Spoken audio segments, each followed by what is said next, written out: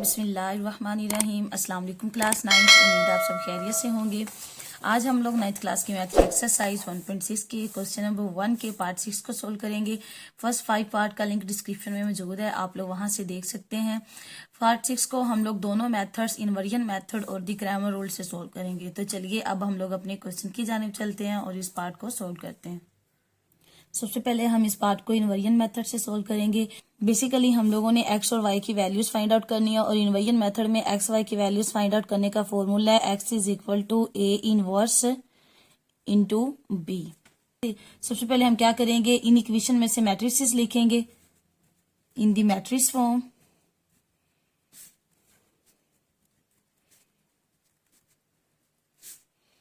Matrix form में सबसे पहले इनको लिखेंगे।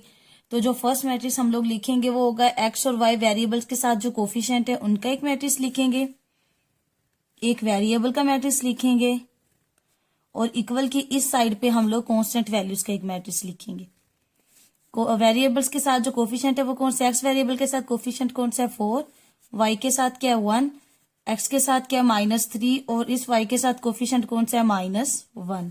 और वेरिएबल हमारे पास कौन से हैं, 2 वेरिएबल्स हैं एक्स और वाई। उसके बाद कांस्टेंट वैल्यूज हमारे पास 2 कांस्टेंट वैल्यूज हैं 9 और -5।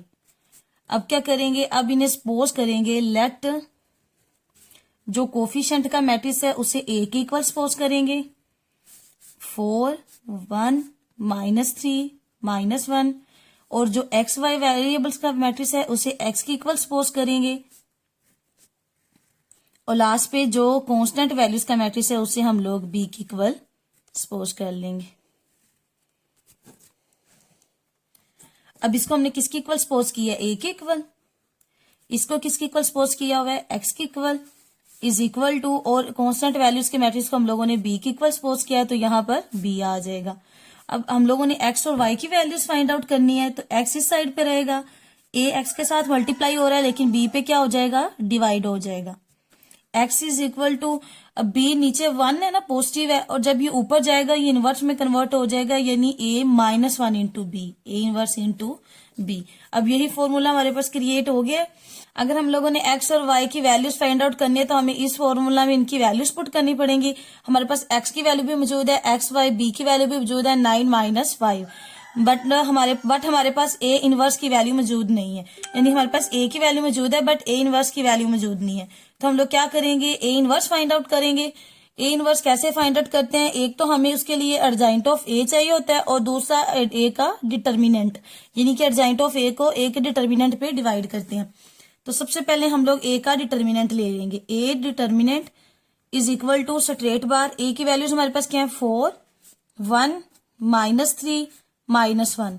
डिटर्मिनेंट कैसे लेते हैं, क्रॉस मल्टीप्लीकेशन करते हैं ना, यानी 4 मल्टीप्लाई बाय -1, मिड में नेगेटिव साइन आ जाएगा, फिर -3 को मल्टीप्लाई कर देंगे 1 के साथ, 4 1 जा 4 और ये वाला नेगेटिव साइन माइनस प्लस 3 1 जा 3, और 4 में से 3 माइनस करें तो -1 आता है, बिकॉज बड़े वाली वैल्यू के साथ साइन कौन सा है, नेगेटिव साइन। ए का डिटर्मिनेंट हमारे पास आ जाएगा -1। अब हम लोगों ने urgent of A find out करना है। ए हमारे पास क्या है, ए की वैल्यूज ये दी गई हमारे पास 4 1 -3 और -1।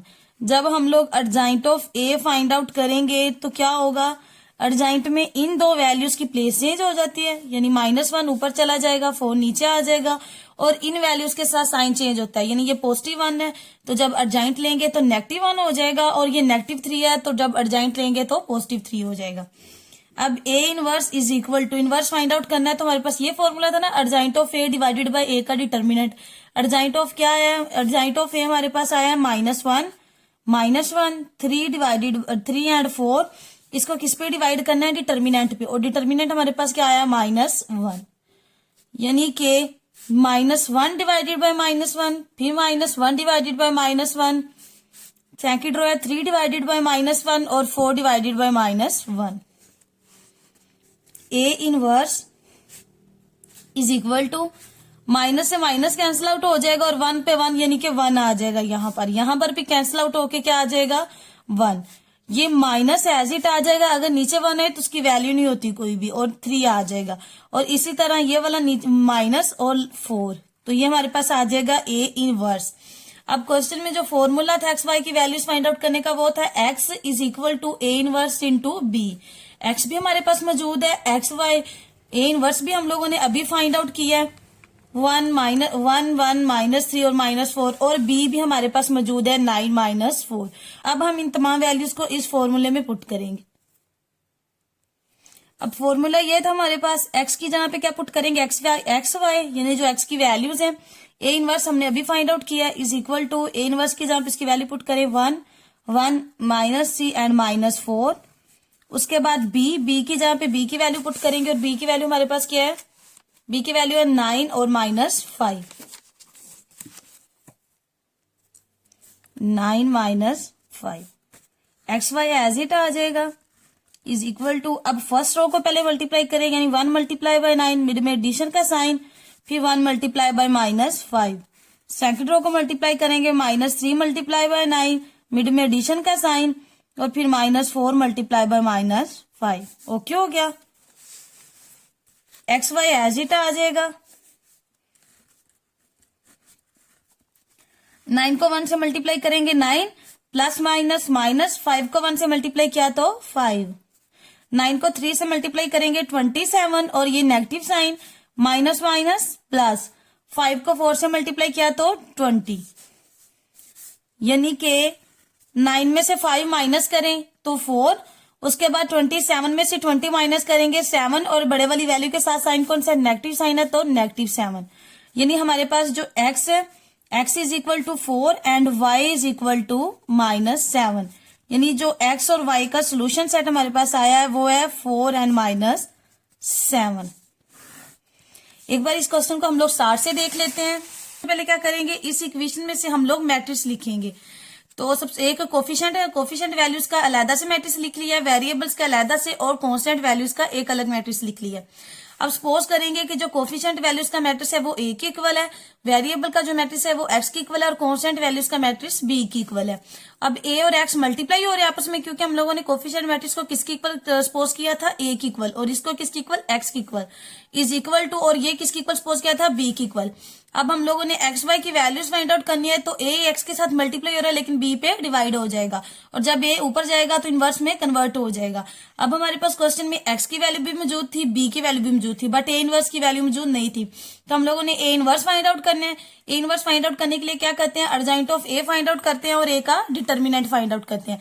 सबसे पहले हम लोगों ने ए का डिटर्मिनेंट फाइंड आउट किया जो क्या आया -1, उसके बाद हम लोगों ने ए का अर्जेंट फाइंड आउट किया, अर्जेंट के बाद हम लोगों ने उसी फॉर्मूले में x is equal to A inverse into B, यहाँ पर उसकी वैल्यूज पुट की, x की जहां पे x की वैल्यू पुट की, ए इनवर्स की जहां पे इनवर्स की वैल्यू, और b की जहां पे b की वैल्यू। देन हम लोगों ने इन्हें मल्टीप्लाई किया और x और y की वैल्यूज फाइंड आउट की। x की वैल्यू हमारे पास आ गई है 4 और y की वैल्यू आ गई हमारे पास -7। इस क्वेश्चन को second method the Cramer rule की मदद से सोल्व करेंगे। क्रैमर रूल में x की वैल्यूज फाइंड आउट करने का फॉर्मूला होता है A x determinant divided by A determinant, और y की वैल्यूज फाइंड आउट करने का फॉर्मूला होता है A y determinant divided by A determinant. यानी बेसिकली हम लोगों ने यहाँ पर जो मैट्रिक्स लिखने हैं इन इक्वेशन में से वो एक ए एक्स होगा, एक ए और एक A y matrix. First matrix A लिखेंगे, सेकंड मैट्रिक्स ए एक्स लिखेंगे, एंड थर्ड मैट्रिक्स हम लोग ए वाई लिखेंगे। और हमारे पास जो ए मैट्रिक्स होता है वो हम लोग कौन सा लिखते हैं, जो एक्स और वाई वेरिएबल्स के साथ कोफिशिएंट होते हैं। एक्स और वाई वेरिएबल्स के साथ जो कोफिशिएंट है वो पहले लिखेंगे 4, यहाँ पर कोफिशिएंट कौन सा 1, यहाँ पर -3 और यहाँ पर -1। ये हमारे पास आ गया ए मैट्रिक्स। और ए एक्स मैट्रिक्स में हम लोग क्या लिखते हैं, पहले कॉन्स्टेंट वैल्यूज लिखते हैं और फिर जो वाई वेरिएबल्स होते हैं उनके साथ जो कोफिशिएंट होते हैं वो लिखते हैं। और वाई वेरिएबल्स के साथ कोफिशिएंट कौन से हैं, 1 और -1। इसके बाद ए वाई मैट्रिक्स में सबसे पहले हम जो एक्स वाई वेरिएबल्स के साथ कोफिशिएंट होते हैं वो लिखते हैं, और वो कौन से हैं 4 -3, और फिर कांस्टेंट वैल्यूज लिखते हैं 9 -5। ओके हो गया। अब क्या चाहिए हमें, इन तीनों का डिटर्मिनेंट चाहिए, तो ए का डिटर्मिनेंट फाइंड आउट करेंगे। A determinant is equal to straight bar A हमारे पास क्या है 4 1 -3 -1, ठीक है। और डिटर्मिनेंट में क्या करते हैं, क्रॉस मल्टीप्लीकेशन करते हैं, यानी कि 4 मल्टीप्लाई बाय -1, मिड में नेगेटिव साइन, फिर -3 मल्टीप्लाई बाय 1, 4 1 जा 4, ये नेगेटिव साइन, माइनस प्लस 3 1 जा 3, तो 4 में से 3 माइनस करें, बाकी 1, और बड़े वाली वैल्यू के साथ साइन कौन सा नेगेटिव, तो नेगेटिव साइन, यानी जो ए का डिटर्मिनेंट हमारे पास आया है वो क्या आ गया है, -1। अब हम लोग ए एक्स का डिटर्मिनेंट फाइंड आउट करेंगे। A x determinant is equal to straight bar, A x हमारे पास क्या है 9, 1, -5, -1। क्या करेंगे, क्रॉस मल्टीप्लीकेशन करेंगे, यानी कि 9 मल्टीप्लाई बाय -1, मिड में नेगेटिव साइन, फिर -5 मल्टीप्लाई बाय 1। 9 1 जा 9 और ये negative sign, minus minus plus, 5 1 जा 5, तो 9 में से 5 माइनस करेंगे -4, बिको माइनस इसलिए आया क्योंकि बड़े वाली वैल्यू के साथ साइन कौन सा है, नेगेटिव साइन है, तो ए एक्स का डिटर्मिनेंट क्या आ जाएगा, -4।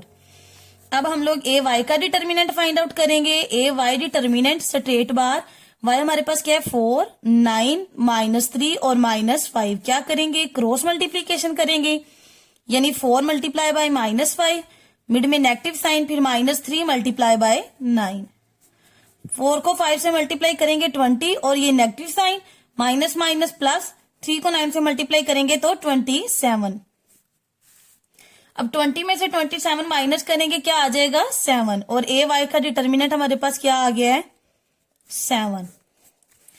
एक्स की वैल्यू, अब देखें एक्स की वैल्यू फाइंड आउट करने का हमारे पास क्या फॉर्मूला था, A x determinant divided by A determinant, और वाई की वैल्यू फाइंड आउट करने का फॉर्मूला था A y determinant divided by A determinant. अब हम लोग इन फॉर्मूलाज में इनकी वैल्यूज पुट करेंगे। पहले हम लोग एक्स की वैल्यू फाइंड आउट करते हैं। ए एक्स का डिटर्मिनेंट हमारे पास क्या आया है -4, इसको किस पे डिवाइड करना है, ए के डिटर्मिनेंट पर, वो क्या आया -1, तो माइनस से माइनस कैंसिल आउट हो जाएगा, और अगर 1 नीचे आ जाए तो वो पुट नहीं करते, तो एक्स की वैल्यू क्या आ जाएगी हमारे पास 4। ओके हो गया।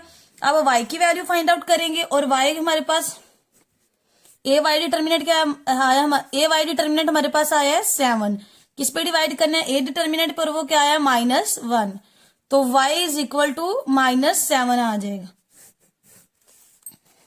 यानी x हमारे पास क्या है, x is equal to 4 and y is equal to -7, और जो यानी x और y का जो सोल्यूशन सेट है वो हमारे पास क्या है 4 और -7।